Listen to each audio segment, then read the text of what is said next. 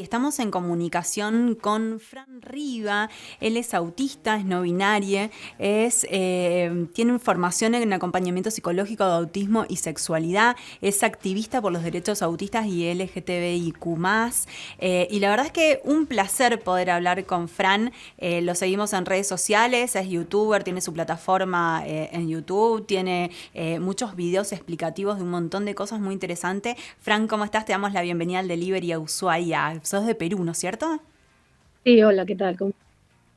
Soy de Perú, de Lima. Perfecto. Contanos primero esta diferenciación entre ser autista o tener autismo. Me parece que Mm, empezar por ahí es fundamental porque la gente que cuenta con esta dificultad, si se quiere, y también nos vas a contar si esto es una dificultad o no, prefiere que digan que la persona es autista, no que tiene. sí, en realidad ese es un debate que hasta hoy en día está en redes y algo que yo siempre digo es que lo importante es respetar cómo se enuncie cada persona autista, ¿no? Cada persona autista va a tener la decisión de enunciarse como mejor le parezca y mejor se sienta. Ahora, dentro de la comunidad autista adultos, muchos de nosotros usamos persona autista porque vemos el autismo como parte de nuestra identidad, ¿no? Somos autistas, vamos a vivir siendo autistas y vamos a morir autistas. Entonces, el usar persona con autismo en este caso, para nosotros es como pensar el autismo como un accesorio, ¿no? Algo que puedo tener hoy, pero que tal vez en unos años no tenga. Pero no es así, vamos a ser autistas hasta el último día. Entonces, para las personas que vemos el autismo como nuestra identidad, preferimos usar persona autista.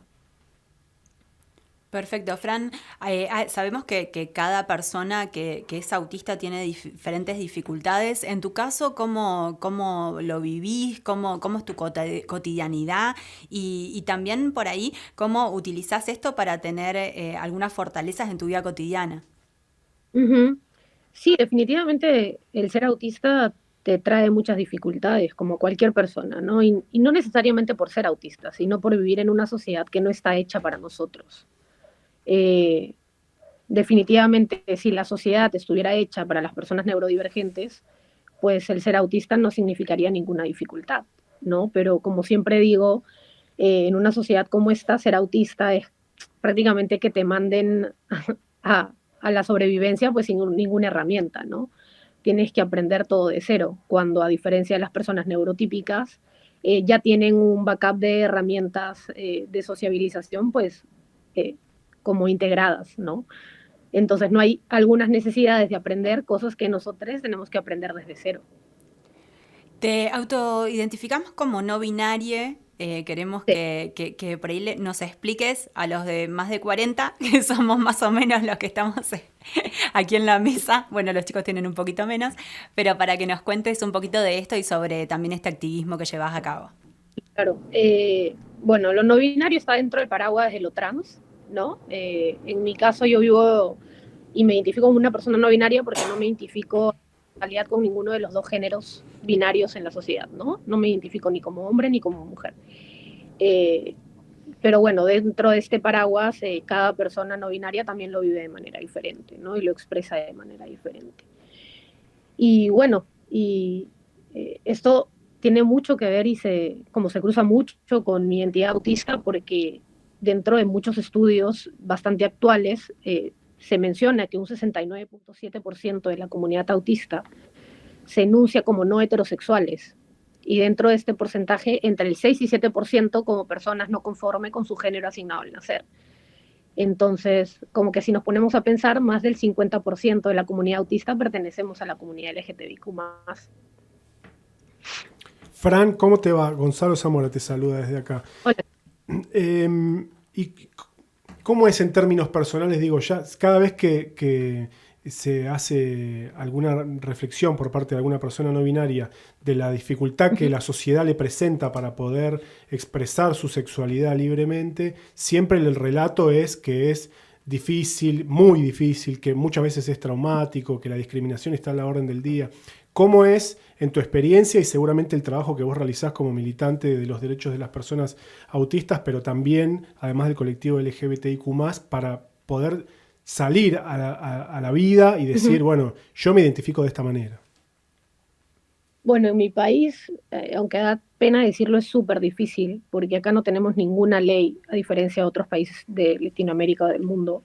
No tenemos ley de identidad de género, de matrimonio igualitario, ni siquiera tenemos una ley de crímenes de odio. Entonces, prácticamente ser trans en una sociedad como Perú es como un deporte extremo, digo yo, ¿no? Es como todos los días literalmente sobrevivir, o sea, salir de casa y no saber si vas a volver, ¿no? El promedio de vida de las personas trans acá es de 35 años aproximadamente. Entonces es bastante complejo, ¿no? Y en realidad un poco el activismo que hago a raíz de todo esto es un poco, ya no por mí, porque sé que yo no voy a ver cambios, ¿no? Sino es tratar de dejar un camino un poco más seguro para los que vienen Ujú. atrás. Y es más difícil si además de elegir un género o una sexualidad distinta a lo heteronormativo, además de eso, sos autista. Digo, la sociedad te presenta mayores dificultades todavía. Sí, claro. Justo hace poco en una oportunidad pude dar una charla y yo decía que para mí ser autista y ser trans era como un combo, ¿no? Un combo que te ponía como en doble estado de vulneración constante, Claro, porque el tema es que eh, para la, para la sociedad en la que vivimos el autismo se ve súper infantilizado, ¿no? Y se piensa en un autismo en niñes y si piensas en autismo en adultos, jamás vas a pensar o se te pasa por la idea de que tengamos sexualidad, claro. ¿no? Y por A o B alguien sí reconoce la sexualidad en la persona autista, no, siempre es una sexualidad cisgénero y heterosexual. Entonces, definitivamente cada vez que digo que soy autista y que soy trans, se invalida una de mis dos identidades, ¿no? Y siempre se invalida la autista porque es como, no hay forma que un autista pueda ser no binario, ¿no? ¿Qué tal, Fran? ¿Cómo estás? Natalia Caso te saluda. En esto que decía, justamente muchas veces se habla también de cómo las personas con discapacidad están como asexuadas para el resto de la comunidad. Es algo que allí no sucede. ¿Esto se ve también allí en Perú o cómo lo avanzan este tema? Uf, sí, aquí se ve muchísimo, o sea, en Perú estamos muy atrasados en muchas cosas, ¿no? Y en temas de autismo y de salud mental, discapacidad también, o sea, aquí el autismo es para niñes, somos ángeles, seres sin maldad, no tenemos sexualidad, o sea, es como una lucha constante de que la sociedad trata de entender que somos seres con identidad, con capacidad, y con capacidad de decidir sobre nuestras vidas, ¿no? Es como, es triste decirlo, pero es como si fuéramos ciudadanos de segunda categoría, ¿no? No, no se nos contempla ni se nos ve como ciudadanos de derechos. En este marco de leyes que vos nombrabas recién, bueno, que la Argentina se ha avanzado, la ley de identidad de género, Ujú. también se avanzó en lo que es el acoso callejero en algunos lugares. Y ahí se hablaba como y era lo que se decía, como que las personas con discapacidad no podían sufrir acoso callejero.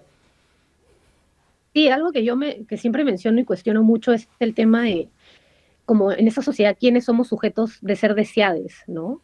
¿Quiénes podemos ser deseados y que no? ¿Qué corporalidades podemos ser deseadas y que no? Y obviamente para el imaginario colectivo, las personas con discapacidad no podemos ser deseadas, no entramos en este grupo de personas que podemos sentir placer, que podemos gustarle al otro, ¿no? Entonces, por ende, se cree que es esta imagen de cómo una persona con discapacidad va a sufrir acoso, ¿no? O sea, ¿quién te va a acosar? Fran, y cuando, ¿cómo evalúas un poco a partir de la experiencia y todo lo que llevas adelante?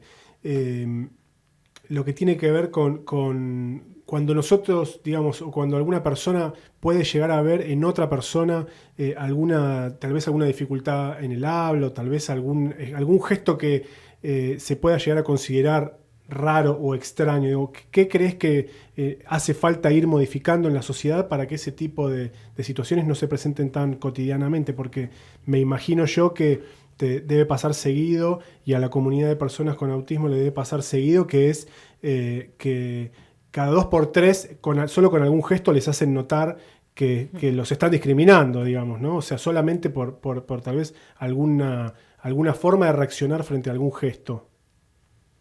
Sí, yo creo que lo principal es que la sociedad le deje de temer a lo diferente, ¿no? No existe la normalidad, no existe lo estándar. Entonces, mientras sigamos creyendo que hay una única forma de ser ciudadano, eh, vamos a seguir temiéndole las diferencias, ¿no? Y es por esto que se ven tantas agrupaciones que tratan de curar el autismo y atentando contra la vida de las propias personas autistas, ¿no? Tratando de, oye, no tengas estereotipias, no te muevas así, ¿por qué hablas así? Etcétera, etcétera. Y claro, lo único que tratan es de que parezcamos lo más neurotípicos posibles, ¿no? Y bueno, no hay una forma de ser, no hay una forma normal, entre comillas, de ser. Entonces, yo creo que es dejar de temerle a lo diferente y empezar a cuestionarnos todo, ¿no? Claro. Cuando empezamos a cuestionarnos, creo que empezamos a entender la realidad de otra manera. Sí, yo estoy seguro que desde que arrancó la entrevista ya cometí trastabillé como 10 veces. Entonces lo que te quería preguntar es, ¿qué evaluación haces del tratamiento que los medios de comunicación hacemos del tema, ¿no? Uf, los medios de comunicación pueden ser aliados, Golpeame en este momento.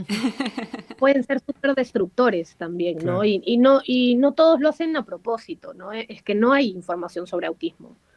Uno entra a internet y pones autismo y encuentras pues de siempre la pieza del rompecabezas, el azul, el lacito, y es como, oye, tómate el tiempo un momento de escuchar a la población autista, ¿no? Porque, o sea, yo siempre digo, ¿de qué me sirve querer ser aliada de una lucha, pero no estoy escuchando a los que realmente son los protagonistas de esta lucha, ¿no? O sea, es ahí donde se comete el gran error. Yo no puedo ser aliada de una lucha si no tengo información sobre la comunidad que está luchando, ¿no? O sea, por ejemplo, eh, el azul, el rompecabezas, toda esa simbología de la comunidad autista no la prueba, Claro. ¿no? La rechaza. De hecho, creo que es la que usamos nosotros en todas las efemérides. Promocionar para esta entrevista. Creo que usamos un rompecabezas. Ahora se está hablando, a ver si me equivoco, ponernos en actualidad, el símbolo del infinito en colores. Así es. Sí, ese es el símbolo que la comunidad autista propuso porque en teoría es como que pone sobre la mesa la diversidad que hay dentro del espectro autista también, ¿no? No todos somos iguales, el espectro autista no es estático, no hay una sola forma de ser autista, ¿no? Entonces, el infinito de colores representa eso, ¿no? La diversidad que hay dentro del espectro. Yo me quedé pensando cuando en esta situación que se vive en materia de legislación en Argentina y la diferencia que vos marcabas con Perú. Porque es verdad que nosotros en el país tuvimos avances muy grandes en cuestiones de ampliación de derechos para los diferentes colectivos, para reconocer las cosas que sucedían de verdad, pero ponerles un marco legal a algo que era así. Pero fue también mucho la presión de la militancia, de las organizaciones sociales. Hubo una organización muy fuerte. ¿Cómo está allí en Perú? Aquí hay muy poca militancia en temas de autismo. Las personas que hacemos activismo autista acá en Perú somos muy poquitas, mínimas en realidad. Yo la gran mayoría de personas autistas que conozco son fuera de mi país y los movimientos fuertes acá en mi país son de padres. Y son de padres que siguen usando el azul, que siguen viendo a sus hijos como sujetos inferiores a ellos, que no son sujetos de derechos, ¿no? Súper capacitista. Entonces, con decirte, acá tenemos en Perú una ley de autismo que definitivamente no se cumple, que no fue hecha ni consultada con ninguna persona autista. Entonces yo digo, ¿cómo podría funcionar una ley de autismo si no le has preguntado a ninguna persona autista que necesitas, ¿no? Y yo siempre hago esta comparación, o sea, realmente podríamos, por ejemplo, hacer una ley de pueblos afrodescendientes, solo personas blancas, no tendría lógica, ¿no? Es igual, o sea, porque una ley de autismo la tiene que hacer gente neurotípica, pero es el capacitismo, ¿no? De pensar que los autistas no somos capaces. Entonces no hay militancia aquí, es muy poquita y nos come, como yo digo, el mar azul. O sea, somos tan poquitos que nos come. Fran, hablabas por ahí de que te conoces gente autista en otros lugares de por ahí Latinoamérica o del mundo. Contanos, no sé, ¿algún país está más avanzado que otro? ¿Cómo ves esto? Yo creo que más que Perú, todos los países están más avanzados. O sea, a mí me da mucha tristeza, pero todos los países están más avanzados que Perú. Y claro, en otros países hay mucha más militancia, ¿no? Por ejemplo, en España hoy día ha habido un evento grandísimo hecho solo por personas autistas. En Argentina también hay mucha militancia, en Chile muchísima, también en México. O sea, yo creo que en todos lados hay más que aquí. Estamos hablando con Fran Riva, que es autista, no binaria, activista por los derechos autistas y LGBTIQ+. Fran, en base al trabajo que vos venís desarrollando, ¿podés dar una opinión respecto de si, o si tenés los datos, de si hay un incremento en las personas con TEA o hay una estadística que a lo largo de los años más o menos se mantiene pareja? Porque también a veces esas estadísticas son un poco mentirosas, ¿no? Porque también tiene que ver con la capacidad de los estados y la voluntad de los estados para poder generar esa estadística, ¿no? Sí. Mira, yo particularmente soy una persona que cuestiona mucho las estadísticas, no me las creo del todo y no las uso como referente porque yo creo que empezando porque estamos en un país, en una sociedad que no está capacitada para autismo. Entonces, ¿cómo podríamos tener realmente una estadística certera de cuántas personas autistas vemos? Ni siquiera hay un censo, ¿no? Ni siquiera existe un censo de cuántas personas autistas hay en el mundo, ¿no? En los países.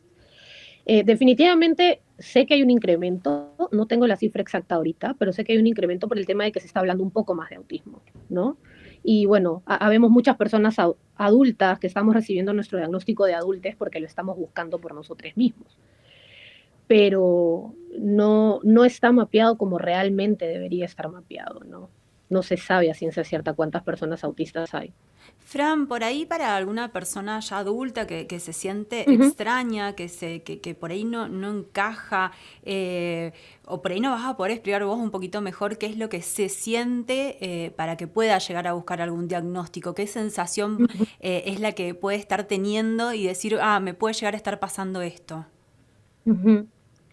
Mira, en mi experiencia, la gran mayoría de adultos autistas que hemos recibido nuestro diagnóstico, valga la redundancia de adultos, es porque nos hemos empezado a sentir raros, ¿no? Eso es lo típico, o sea, tú te sientes súper raro, súper extraño, es como si literalmente no entendieras a nadie y sintieras que nadie te entiende, ¿no? Es así.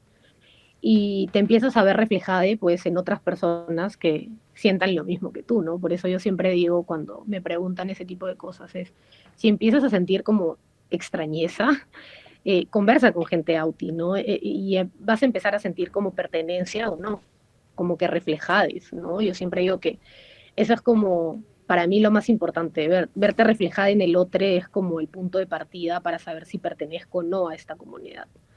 Porque al fin y al cabo, lamentablemente, pues el acceso a los diagnósticos no es para todos, ¿no? Es un acceso bien privilegiado realmente.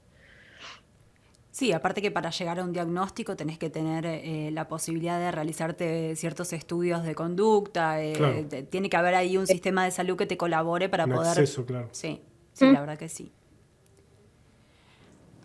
Bueno, chicos... Pensé que ibas a decir algo más, Fran. Aparte estamos ahí, yo estoy ahí, lo estoy viendo a Fran por internet, digamos, y tengo como un delay, entonces no sé si está por hablar o no. Es tuyo el delay. Es mío el delay, sí, olvídate. Sí. Fran, te agradecemos muchísimo por haber conversado con nosotros. Era, bueno, la excusa del día, pero la verdad que es una temática interesante, así que poder tener tu opinión, además desde una perspectiva distinta, digamos, ¿no? Poder hablar también de la decisión y de la sexualidad de las personas autistas también está bueno para visibilizar que, bueno, que es eso, como cualquier otra persona, tiene derecho a tomar sus propias decisiones. Y hacer esto justamente que Fran dice, escuchar a las personas autistas hablar sobre autismo. Así es. El colectivo adentro siempre. Muchas gracias, te agradecemos muchísimo desde aquí, desde Ushuaia. No, gracias a ustedes por el espacio. Chao, hasta luego. Hasta luego.